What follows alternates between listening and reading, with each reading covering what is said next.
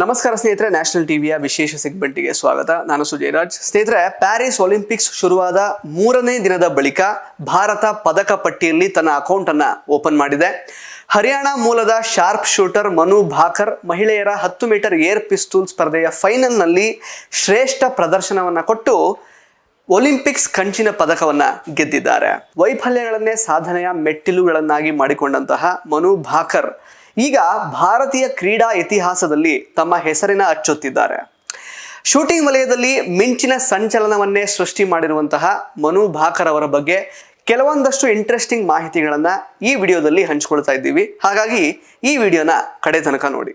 ಸ್ನೇಹಿತರೆ, ಹರಿಯಾಣದ ಜಜ್ಜರ್ ಜಿಲ್ಲೆಯ ಗೊರಿಯಾದವರಾದ ಮನು ಭಾಕರ್ ಅವರಿಗೆ ಇವಾಗ 22 ವರ್ಷ.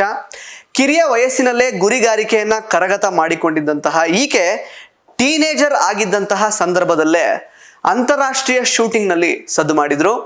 ಇನ್ಫ್ಯಾಕ್ಟ್ ಭಾರತಕ್ಕೆ ಶೂಟಿಂಗ್ನಲ್ಲಿ ಮೊದಲ ಒಲಿಂಪಿಕ್ಸ್ ಪದಕ ಬಂದಾಗ ಈಕೆ ಕೇವಲ ಕೆಲವೇ ತಿಂಗಳುಗಳ ಹಸುಗೂಸಾಗಿದ್ರು.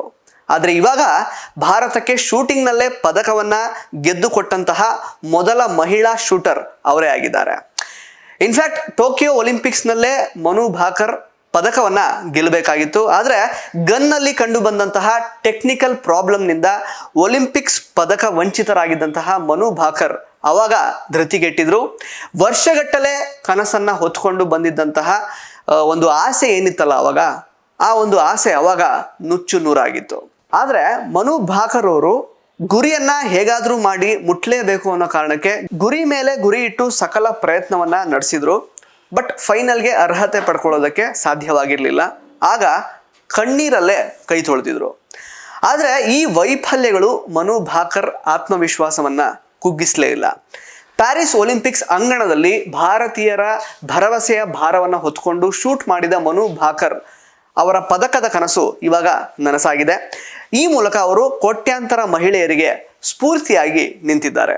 ಇದಷ್ಟೇ ಅಲ್ಲ ಸ್ನೇಹಿತರೆ, ಮನು ಭಾಕರ್ ಅವರು ಒಲಿಂಪಿಕ್ಸ್ ಅಂಗಳದಲ್ಲಿ ಭಾರತಕ್ಕೆ ಪದಕವನ್ನ ತಂದುಕೊಟ್ಟಂತಹ 5ನೇ ಮತ್ತು ಮೊದಲ ಮಹಿಳಾ ಶೂಟರ್ ಆಗಿ ಕೂಡ ಈಗ ಹೊರಹೊಮ್ಮಿದ್ದಾರೆ. ಅದಷ್ಟೇ ಅಲ್ಲದೆ 2024ರ ಒಲಿಂಪಿಕ್ಸ್ನಲ್ಲಿ ಭಾರತಕ್ಕೆ ಮೊದಲ ಪದಕವನ್ನ ಗೆದ್ದುಕೊಟ್ಟಂತಹ ಶ್ರೇಯ ಕೂಡ ಇವರ ಮುಡಿಗೇರಿದೆ. ಈ ಮೂಲಕ ಅವರು ಕೋಟ್ಯಾಂತರ ಮಹಿಳೆಯರಿಗೆ ಏನು ಒಲಿಂಪಿಕ್ಸ್ನಲ್ಲಿ ಭಾಗವಹಿಸಬೇಕು ಅಥವಾ ಸ್ಪೋರ್ಟ್ಸ್ನಲ್ಲಿ ತಮ್ಮದೇ ಆದಂತಹ ಚಾಪನ್ನ ಒತ್ತಬೇಕು ಅಂತ ಅಂದ್ಕೊಳ್ತಾ ಇರ್ತಾರಲ್ಲ, ಅವರೆಲ್ಲರಿಗೂ ಕೂಡ ಸ್ಫೂರ್ತಿಯ ಚಿಲುಮೆಯಾಗಿ ಹೊರಹೊಮ್ಮಿದ್ದಾರೆ. ಇನ್ನು ಈಗ ಮೊನ್ನೆ ನಡೆದಂತಹ ಒಲಿಂಪಿಕ್ಸ್ ಫೈನಲ್ನಲ್ಲಿ ಕೊರಿಯಾದ 2 ಶೂಟರ್ಗಳು ಹೊಸ ದಾಖಲೆಯನ್ನ ಸೃಷ್ಟಿ ಮಾಡಿ 1ನೇ ಮತ್ತು 2ನೇ ಪದಕವನ್ನ ಅವರೇ ಗೆದ್ದುಕೊಂಡಿದ್ದಾರೆ. ಆದರೆ ಮನು ಭಾಕರ್ ಅವರು ಕಂಚಿನ ಪದಕಕ್ಕೆ ತಮ್ಮನ್ನ ತಾವು ತೃಪ್ತಿಪಡಿಸ್ಕೊಂಡಿದ್ದಾರೆ. ಬಟ್ ಇದು ಕೂಡ ತುಂಬಾ ದೊಡ್ಡ ಸಾಧನೆನೇ. ಪದಕ ಗೆದ್ದ ನಂತರ ಟ್ವೀಟ್ ಮಾಡಿರುವಂತಹ ಮನು ಭಾಕರ್ ಅವರು ಏನ್ ಹೇಳ್ಕೊಂಡಿದ್ದಾರೆ ಗೊತ್ತಾ? ಒಲಿಂಪಿಕ್ಸ್ ಪದಕವನ್ನ ಗೆದ್ದಿರುವಂತದ್ದು ಕನಸು ನನಸಾಗಿರುವಂತಹ ಅನುಭವವನ್ನ ತಂದಿದೆ. ನನಗೆ ಅಷ್ಟೇ ಅಲ್ಲ, ಈ ಸಾಧನೆಗೆ ಬೆಂಬಲ ಕೊಟ್ಟಂತಹ ಪ್ರತಿಯೊಬ್ಬರ ಕನಸು ಇದರಿಂದ ನನಸಾಗಿದೆ. NRAI ಮತ್ತು ಸಾಯ್ಗೆ ಧನ್ಯವಾದಗಳು. ಕ್ರೀಡಾ ಸಚಿವಾಲಯ, ಕೋಚ್ ಜಸ್ಪಾಲ್ ರಾಣಾ, ಹರಿಯಾಣ ಸರ್ಕಾರ ಮತ್ತು ಒಲಿಂಪಿಕ್ ಗೋಲ್ಡ್ ಕ್ವೆಸ್ಟ್ ನೀಡಿದ ಬೆಂಬಲಕ್ಕೆ ಧನ್ಯವಾದಗಳು. ಅಗಾಧವಾದಂತಹ ಪ್ರೀತಿ ಮತ್ತು ಬೆಂಬಲ ಕೊಟ್ಟಂತಹ ಎಲ್ಲ ಪ್ರತಿಯೊಬ್ಬ ಭಾರತೀಯರಿಗೂ ಈ ಒಂದು ಪದಕ ಅರ್ಪಣೆ ಅಂತ ಮನು ಭಾಕರ್ ಟ್ವೀಟ್ ಮೂಲಕ ತಮ್ಮ ಒಂದು ಸಂಭ್ರಮವನ್ನ ಹಂಚಿಕೊಂಡಿದ್ದಾರೆ. ಸೊ ಸ್ನೇಹಿತರೆ, ಈ ಮೂಲಕ ಮನು ಭಾಕರ್ ಅವರು ಕಂಚಿನ ಪದಕವನ್ನ ಶೂಟಿಂಗ್ ವಿಭಾಗದಲ್ಲಿ ಗೆಲ್ಲುವ ಮೂಲಕ ಭಾರತಕ್ಕೆ ಒಲಿಂಪಿಕ್ಸ್ ಪದಕದ ಓಪನಿಂಗಿಗೆ ಒಂದು ಅಕೌಂಟನ್ನು ಓಪನ್ ಮಾಡಿಕೊಟ್ಟಿದ್ದಾರೆ. ಇಲ್ಲಿ ಅರ್ಥ ಆಗೋದೇನು ಗೊತ್ತಾ? ಭಾರತೀಯರು ಆಲ್ಮೋಸ್ಟ್ ಒಂದು 140 ಕೋಟಿ ಇದ್ದೀವಿ. ಬಟ್ ಇದರಲ್ಲಿ ಎಷ್ಟು ಜನ ಈ ಒಲಿಂಪಿಕ್ಸ್ನಂತಹ ಇಂಟರ್ನ್ಯಾಷನಲ್ ಒಂದು ಕ್ರೀಡಾ ಚಟುವಟಿಕೆ ಆಗಿರಬಹುದು ಅಥವಾ ಈ ರೀತಿಯ ಬೇರೆ ಬೇರೆ ಕ್ರೀಡೆಗಳಲ್ಲಿ ಆಸಕ್ತಿಯನ್ನು ತೋರಿಸಿದ್ದಾರೆ ಅಥವಾ ಕ್ವಾಲಿಫೈ ಆಗ್ತಾ ಇದ್ದಾರೆ ಅಂತ ನೋಡಿದ್ರೆ ಬಹಳ ಕಮ್ಮಿ ಅಂತಲೇ ಹೇಳ್ಬೋದು.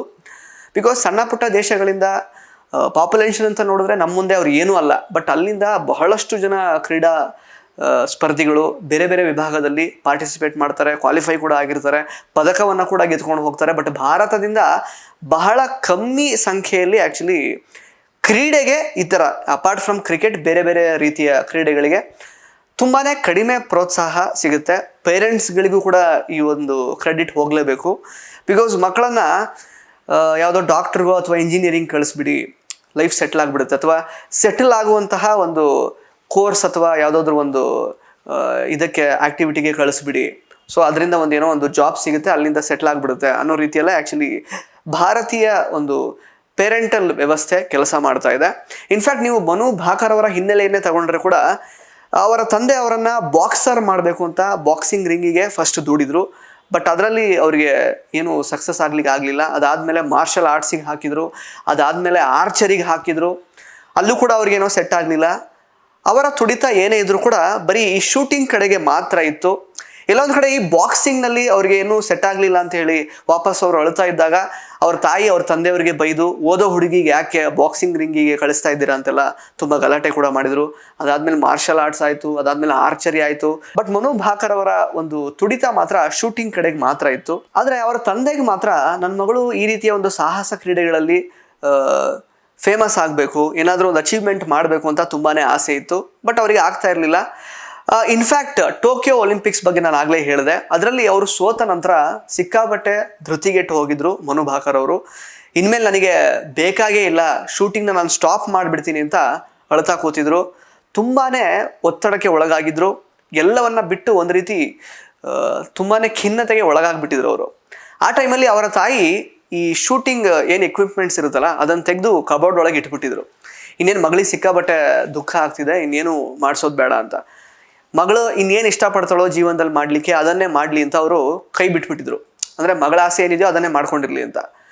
ಬಟ್ ಎಲ್ಲೋ ಒಂದು ಕಡೆ ಅವರ ತಾಯಿ ಈ ಖಿನ್ನತೆಗೆ ಒಳಗಾಗಿದ್ರಲ್ಲ ಮನು ಭಾಕರ್ ಅವರು, ಆ ಟೈಮಲ್ಲಿ ಭಗವದ್ಗೀತೆಯನ್ನು ಓದ್ಲಿಕ್ಕೆ ಕೊಟ್ಟರು, ಕೆಲವೊಂದಷ್ಟು ಸಾಂತ್ವನದ ಮಾತುಗಳನ್ನು ಅವ್ರಿಗೆ ಹೇಳಿದ್ರು. ಇದೆಲ್ಲದರ ಕಾರಣದಿಂದ ಅವರು ಮತ್ತೆ ಪುಟಿದೆದ್ದು ವಾಪಸ್ ನಾನು ಮತ್ತೆ ಸಾಧನೆಯನ್ನು ಮಾಡೇ ಮಾಡ್ತೀನಿ, ಇನ್ನೇನು ಸಾಧನೆಯ ಮೆಟ್ಲನ್ನು ಏರಲಿಕ್ಕೆ ಕೆಲವೊಂದಷ್ಟೇ ಹೆಜ್ಜೆಗಳಷ್ಟೇ ಬಾಕಿ ಇತ್ತು, ಆದರೆ ಇದನ್ನು ಮತ್ತೆ ನಾನು ಪುನಃ ವಾಪಸ್ ಇದನ್ನು ನಾನು ಸಾಧಿಸ್ತೀನಿ, ಈ ಬಾರಿ ಪದಕವನ್ನು ಗೆದ್ದೇ ಗೆಲ್ತೀನಿ ಅನ್ನುವಂತಹ ಒಂದು ದೊಡ್ಡ ಒಂದು ನಂಬಿಕೆಯಿಂದ, ಉತ್ಸಾಹದಿಂದ, ಕಾನ್ಫಿಡೆನ್ಸ್ನಿಂದ ಮುನ್ನುಗ್ಗಿ ಈ ಬಾರಿಯ ಒಲಿಂಪಿಕ್ಸ್ನಲ್ಲಿ ಅವರು ಪದಕವನ್ನು ಗೆದ್ದುಕೊಟ್ಟಿದ್ದಾರೆ. ಅಂದರೆ ಇಲ್ಲಿ ಪೇರೆಂಟ್ಸ್ಗಳ ಒಂದು ಸಹಕಾರ ಕೂಡ ಬಹಳ ಇಂಪಾರ್ಟೆಂಟ್ ಆಗುತ್ತೆ ಸ್ನೇಹಿತರೆ. ಇನ್ಫ್ಯಾಕ್ಟ್ ಮನು ಭಾಕರ್ ಅವರ ತಾಯಿ ಜೀವಶಾಸ್ತ್ರಕ್ಕೆ ಇವರನ್ನು ಕಳಿಸಿ ಡಾಕ್ಟರ್ ಮಾಡಬೇಕು ಅನ್ನುವಂತಹ ಉದ್ದೇಶವನ್ನು ಕೂಡ ಇಟ್ಕೊಂಡಿದ್ರು. ಆ ಟೈಮಲ್ಲಿ ಪಿ ಟಿ ಮಾಸ್ಟರ್ ಒಬ್ಬರು ಮನು ಭಾಕರ್ ಅವರಿಗೆ ಏನು ಟ್ರೈನಿಂಗ್ ಕೊಡ್ತಾ ಇದ್ರಲ್ಲ ಶೂಟಿಂಗ್ ಎಲ್ಲ, ಸರಿಯಾಗಿ ಬಹಳ ನಿಖರವಾಗಿ ಏನು ಗುರಿ ಇಡ್ತಾ ಇದ್ರು ಇದನ್ನೆಲ್ಲ ಗಮನಿಸಿ ಅವರ ತಾಯಿ ಅವರನ್ನು ಕರೆದು ಹೇಳ್ತಾರೆ, ಇವರನ್ನು ಯಾಕೆ ಸುಮ್ಮನೆ ಅವ್ರಿಗೆ ಇಷ್ಟ ಇಲ್ಲದೆ ಇರೋ ಫೀಲ್ಡಿಗೆ ಕಳಿಸ್ತಾ ಇದ್ದೀರಾ, ಯಾಕೆ ಅವರನ್ನು ಡಾಕ್ಟರ್ ಮಾಡಬೇಕು ಅಂತ ಟ್ರೈ ಮಾಡ್ತಾ ಇದ್ದೀರಾ. ಈ ಹುಡುಗಿಗೆ ಶೂಟಿಂಗ್ನಲ್ಲಿ ಬಹಳ ಇಂಟ್ರೆಸ್ಟ್ ಇದೆ, ಅದರಲ್ಲಿ ಸಿಕ್ಕಾಬಟ್ಟೆ ನ್ಯಾಕ್ ಇದೆ, ಈ ಹುಡುಗಿ ಪದಕ ತರಬಲ್ಲಂತಹ ಹುಡುಗಿ, ಹಾಗಾಗಿ ಇವಳನ್ನು ಬೇರೆ ಈ ಶೂಟಿಂಗಿಗೆ ಕಳಿಸಿ ಅದ್ರ ಕಡೆಗೆ ನೀವು ಅವರನ್ನು ಮೋಟಿವೇಟ್ ಮಾಡಿ ಅಂತ ಒಂದು ಕಿವಿ ಮಾತನ್ನು ಹೇಳಿರ್ತಾರೆ. ಅವರ ತಾಯಿಯವರು ಅಲ್ಲಿಂದ ಮಗಳಿಗೆ ಸಂಪೂರ್ಣವಾದಂತಹ ಒಂದು ಸಪೋರ್ಟ್ ಆಗಿರಬಹುದು, ಕಾನ್ಫಿಡೆನ್ಸ್ ಆಗಿರ್ಬೋದು ಕೊಡ್ಲಿಕ್ಕೆ ಸ್ಟಾರ್ಟ್ ಮಾಡ್ತಾರೆ. ಸೊ ಸ್ನೇಹಿತರೆ, ಪೇರೆಂಟ್ಸ್ಗಳು ಮಕ್ಕಳಿಗೆ ಯಾವ ಯಾವ ವಿಭಾಗಗಳಲ್ಲಿ ಯಾವ ಯಾವ ಯಾವ ಕ್ಷೇತ್ರಗಳಲ್ಲಿ ಮೋಟಿವೇಟ್ ಮಾಡಲಿಕ್ಕೆ ಅಥವಾ ಸಪೋರ್ಟ್ ಮಾಡಲಿಕ್ಕೆ ನಿಲ್ತಾರೋ ಆಗಷ್ಟೇ ನಮ್ಮಲ್ಲಿ ಒಬ್ಬ ಸಚಿನ್ ಆಗಿರಬಹುದು ಅಥವಾ ಧೋನಿಯವರಾಗಿರ್ಬೋದು ಅಥವಾ ಬೇರೆ ಬೇರೆ ಕ್ಷೇತ್ರದಲ್ಲಿ ಯಾರ್ಯಾರು ಸಾಧನೆ ಮಾಡಿದಾರಲ್ಲ ಅವರೆಲ್ಲರ ತಂದೆ ತಾಯಿಗಳು ಕೂಡ ಈ ಕನ್ವೆನ್ಷನಲ್ ಥಿಂಕಿಂಗನ್ನು ಅದರಿಂದ ಹೊರಗೆ ಬಂದು ಮಕ್ಕಳನ್ನು ಬೇರೆ ರೀತಿಯೇ ಬೆಳೆಸಬೇಕು, ಮಕ್ಕಳನ್ನು ಬೇರೆ ಹಾದಿಯಲ್ಲೇ ಹೋಗೋ ಥರ ಮಾಡಬೇಕು, ಅವರನ್ನು ಅವರು ಕಂಡುಕೊಳ್ಳೋ ಥರ ಮಾಡಬೇಕು ಅನ್ನೋ ನಿಟ್ಟಿನಲ್ಲಿ ಬೆಳೆಸಿರ್ತಾರೆ. ಹೀಗಾಗಿ ಮನು ಭಾಕರ್ ಅವ್ರು ಏನು ಪದಕ ಗೆದ್ದಿದ್ದಾರೆ ಇದು ಎಲ್ಲ ಪೇರೆಂಟ್ಸ್ಗಳಿಗೂ ಒಂದು ಪಾಠ ಆಗಬೇಕು. ಜೊತೆಗೆ ಹುಡುಗಿಯರನ್ನು ಕೇವಲ ಮದುವೆ ಮಾಡಿ ಕಳಿಸ್ಕೊಟ್ಟು ಜಸ್ಟ್ ಒಂದೇನು ಸೀಮಿತವಾದಂತಹ ಒಂದು ಲೈಫ್ನ ಚೌಕಟ್ಟನ್ನು ಮಾಡಿಕೊಟ್ಬಿಡ್ತಾರಲ್ಲ, ಅದರಿಂದೆಲ್ಲ ಹೊರತುಪಡಿಸಿ ಬೇರೆದೇ ಆದಂತಹ ಒಂದು ಲೈಫ್ ಅವ್ರಿಗಿರುತ್ತೆ. ಅವರು ಕೂಡ ಸಾಧನೆ ಮಾಡಬಲ್ಲರು, ಅವ್ರಿಗೂ ಕೂಡ ಸಿಕ್ಕಾಪಟ್ಟೆ ಪೊಟೆನ್ಷಿಯಲ್ ಇರುತ್ತೆ ಅನ್ನುವಂತಹ ನಿಟ್ಟಿನಲ್ಲಿ ಮನು ಭಾಕರ್ ಅವರ ಈ ಒಂದು ಸ್ಟೋರಿ ಏನಿದೆಯಲ್ಲ ಇದು ಎಲ್ಲ ತಂದೆ ತಾಯಿಯರಿಗೆ ಒಂದು ಪಾಠ ಆಗಬೇಕು ಸ್ನೇಹಿತರೆ. ಈ ಒಂದು ಸ್ಟೋರಿಯನ್ನು ನೋಡಿದ ಮೇಲೆ ನಿಮಗೇನು ಅನಿಸ್ತು, ಮನು ಭಾಕರ್ ಅವರ ಸಾಧನೆ ಬಗ್ಗೆ ನಿಮಗೇನು ಅನಿಸುತ್ತೆ, ಇದೆಲ್ಲವನ್ನ ಕೂಡ ದಯವಿಟ್ಟು ಕಮೆಂಟ್ ಬಾಕ್ಸ್ನಲ್ಲಿ ಕಮೆಂಟ್ ಮಾಡಿ ತಿಳಿಸಿ. ಧನ್ಯವಾದ.